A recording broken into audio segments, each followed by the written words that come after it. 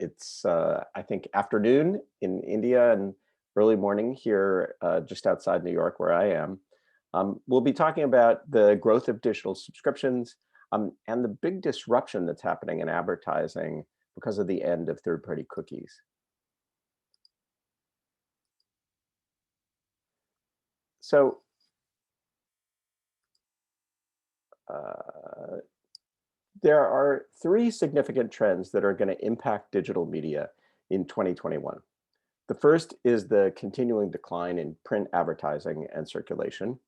The second is the growth in digital subscriptions. And the last is the impending death of third-party cookies, which have been the backbone of digital advertising and marketing.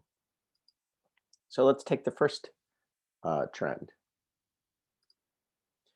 Last fall, KPMG assessed the Indian media and entertainment market and predicted that print advertising revenue in 2020 would fall for the first time since it's been tracked, and that digital would continue to grow and for the first time outperform print by $1 billion rupees.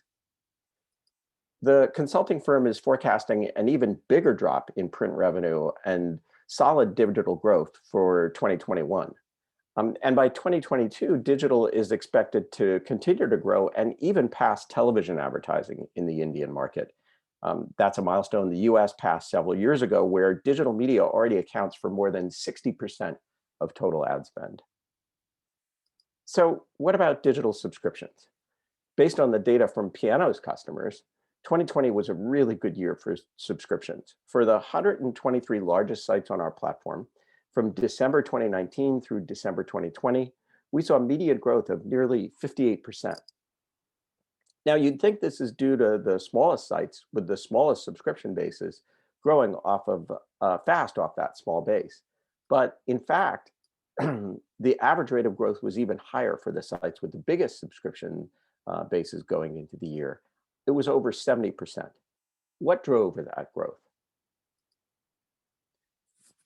We know at least some came from the COVID bump last spring, when audience surged and many were willing to pay to get crucial news updates. And while things cooled off after the first few months, the higher acquisition rate didn't disappear. So what else might have been at play?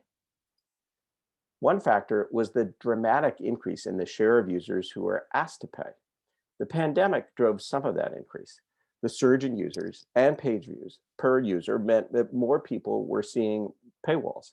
But exposure rate actually peaked last year during Q3, a quieter period of the pandemic when we weren't seeing the same kind of high audience growth. So what else was happening? Publishers realized the importance of subscriptions to their businesses, tightened paywall rules, and promoted locked content and subscriptions more heavily. Coming out of the pandemic surge, we've heard from many clients they're focusing more on retention. We did see a boost in median retention rates across our client base in subscriptions acquired during COVID. And that was true for annual subscriptions as well as monthly.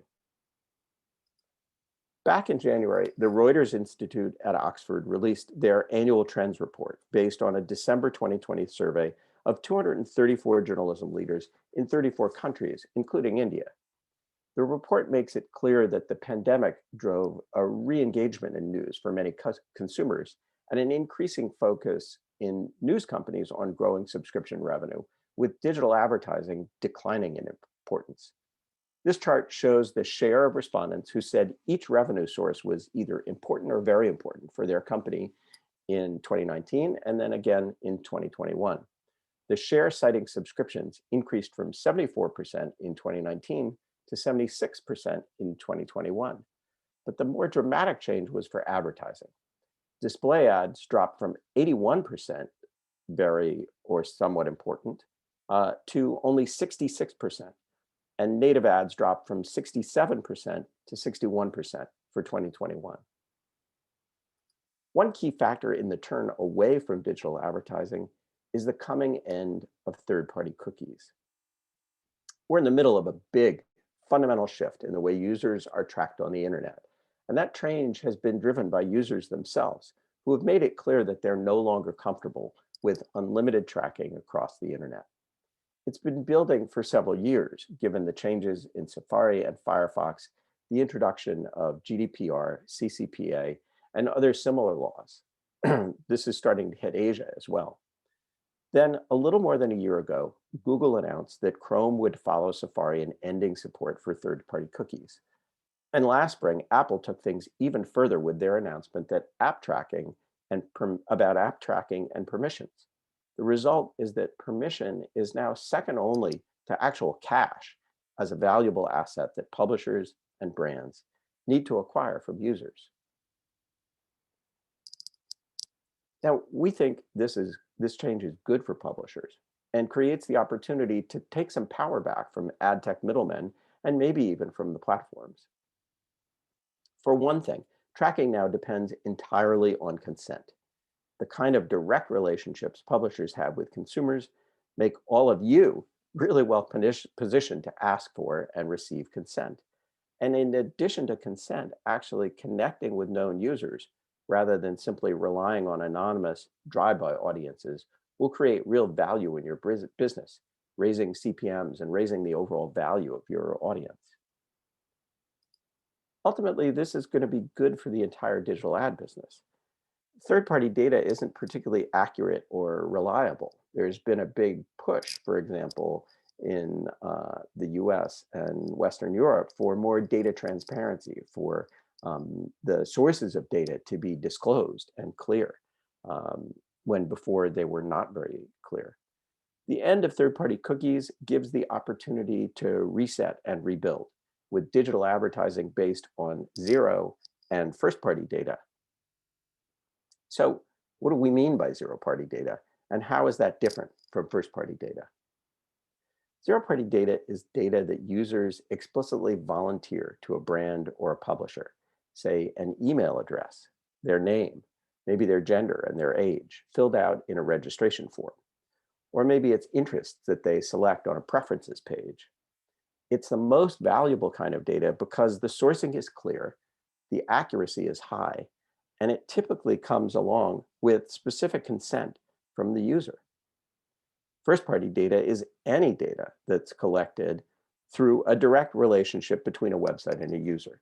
So it includes implicit data collected when the user just visits a digital property, browses around. For example, topics or authors they're reading on the news site, the referring source they're visiting from, their device, or their general location.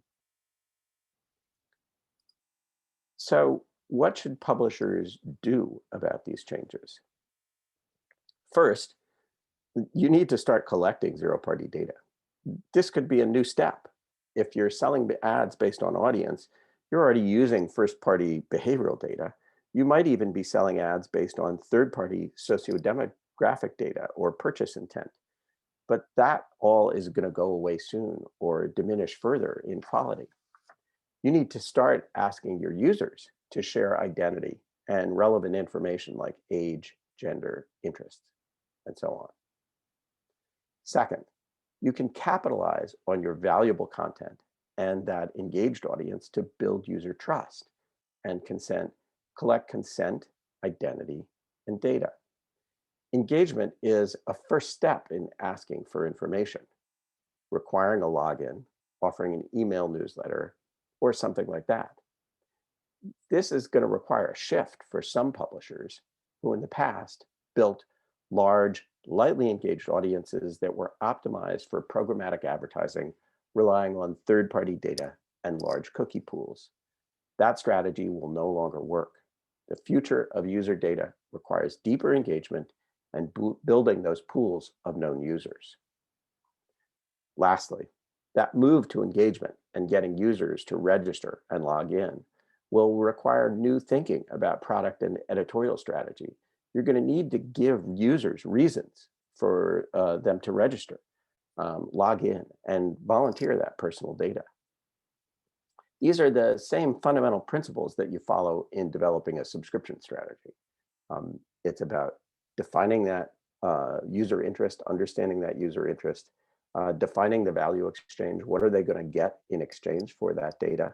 And then giving them those compelling reasons in that moment, perhaps of some friction in the customer journey, to get them to actually convert and volunteer that data to become registered.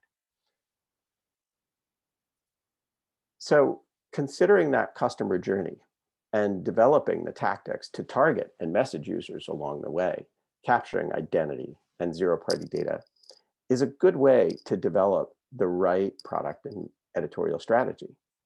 At each stage, the goal is to understand where users are in their relationship with your site and brand, and then identify the next best action to move them further along the funnel while building their declared consented data profile.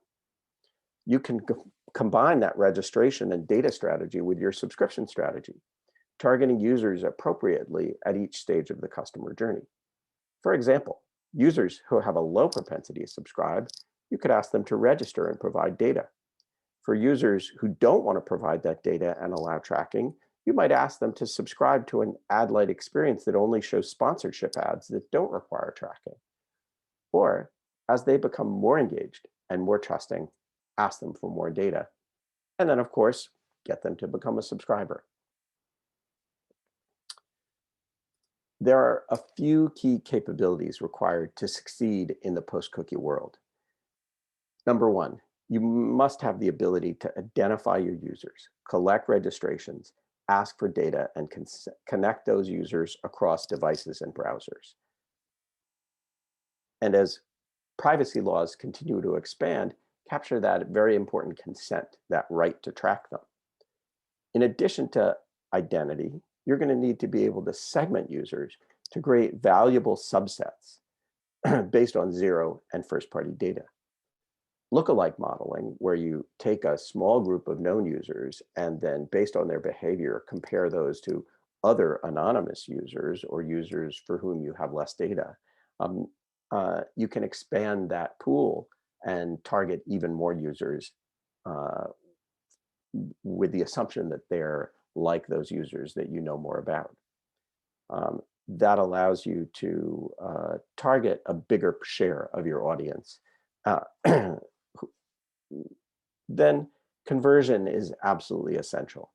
As I described earlier, targeting users with the right experience at the right time with a personalized offer to register or subscribe based on their behavior at that moment and behavior over time and their relationship with the website. You can also collect data gradually over time, building a progressive profile instead of having a massive registration form with 20 fields that users just won't fill out. So collect a little bit of data at the beginning of the relationship, and as they engage with your site more along the way, ask them for more information.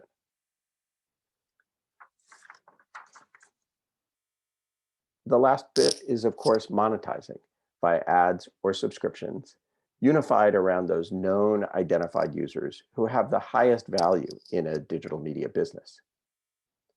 So that's a brief look at the major trends that we're seeing in digital media. And I'll take some questions before we hand it over to Alex Chapko.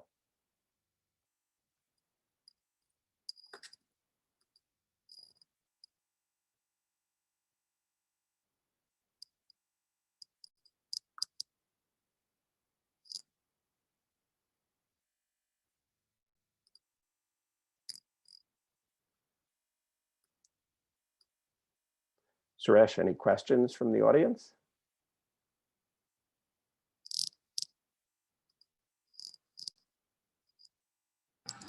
Yeah, as of now, there is no questions. All right, then. Well, so let's hand it over to Alex. Thanks, Michael.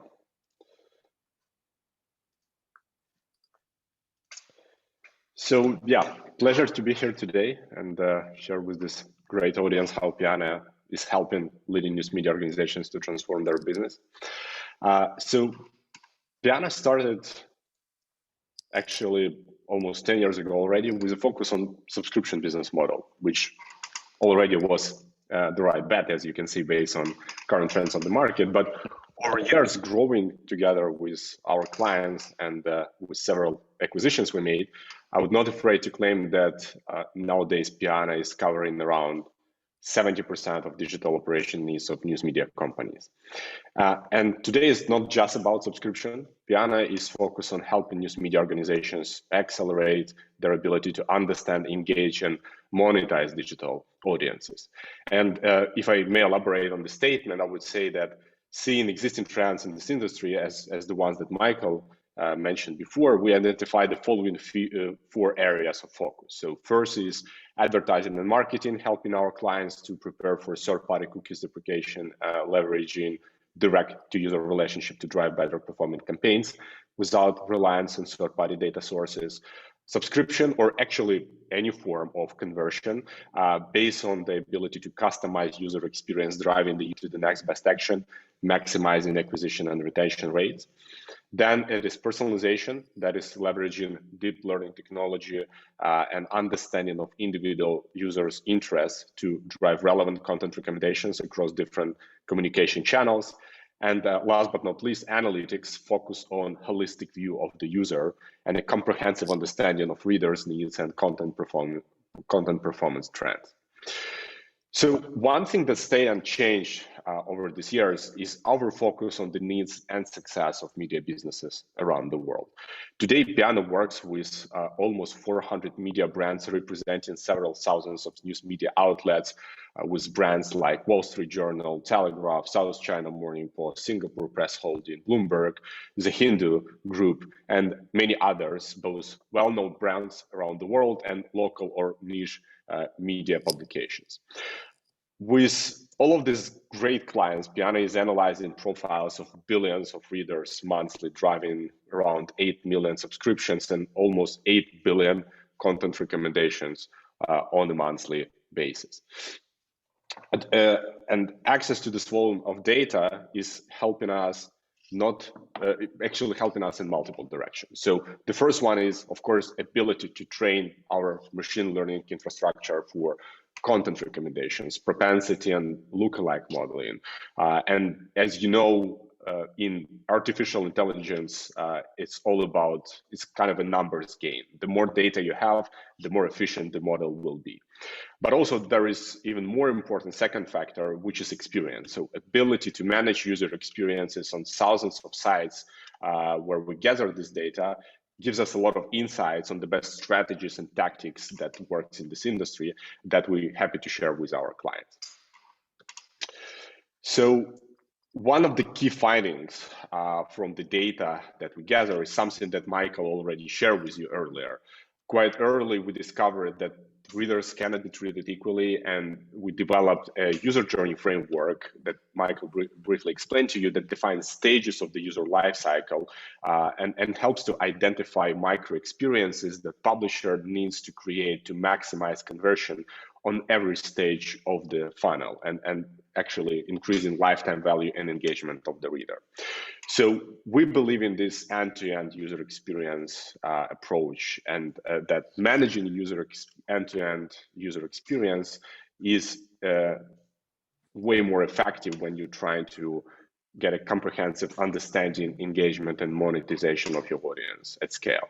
So following these principles, we build a platform that helps you manage every stage of the user journey from a single platform and single point of view, providing comprehensive analytics, segmentation capabilities that can be used both in connection to the ad tag, basically giving you the ability to target your campaigns for a specific segment of the readers, or using the segments to, again, personalize user experience on the website or in-app, provide personalized content recommendations across site, app, emails, and push notifications, driving higher engagement and creating the reason for readers to come back on a regular basis. And also managing experience, identity, access, billing, and entitlement, and all of that built with product and marketing people in mind who are able to test and learn without involving IT department every time they want to try a new idea. At the same time, we see over and over among our client base that the most successful companies are the ones who efficiently combine three pillars: right people, strategy, and technology.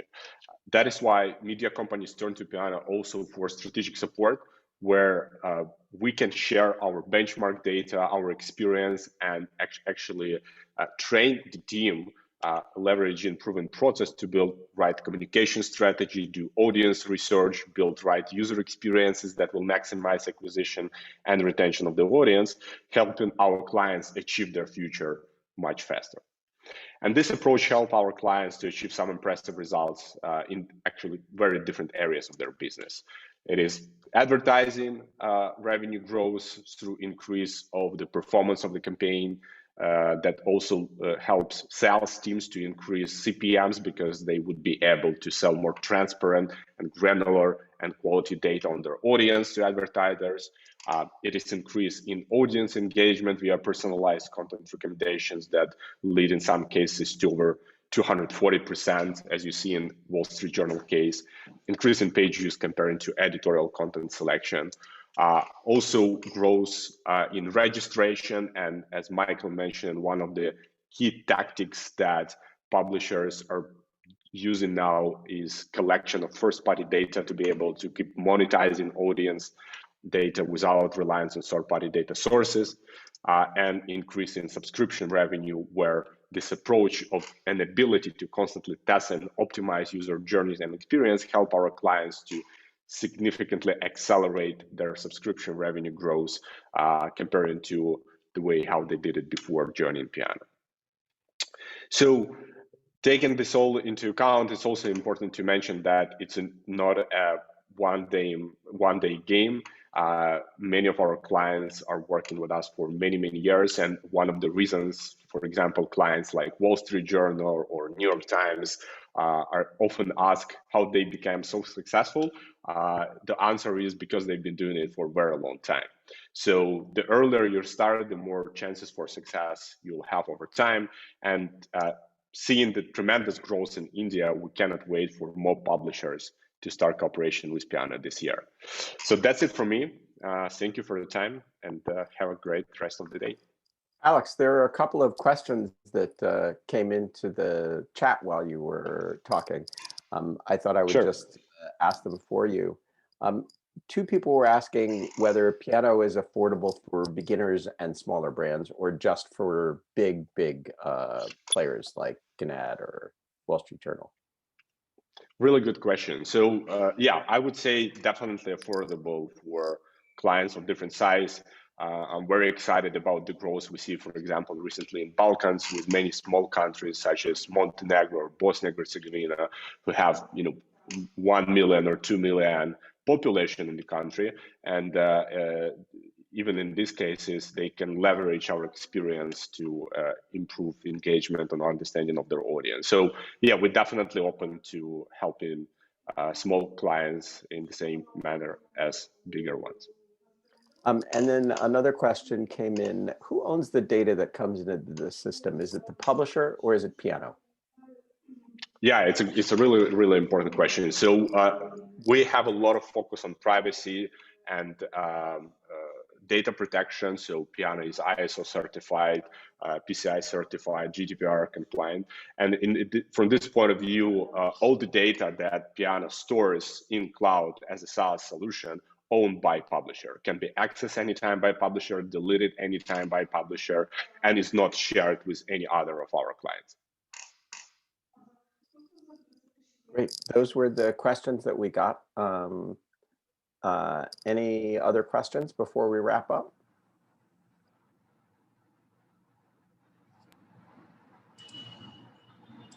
All right. Well, thanks very much, Alex. It was great to see you.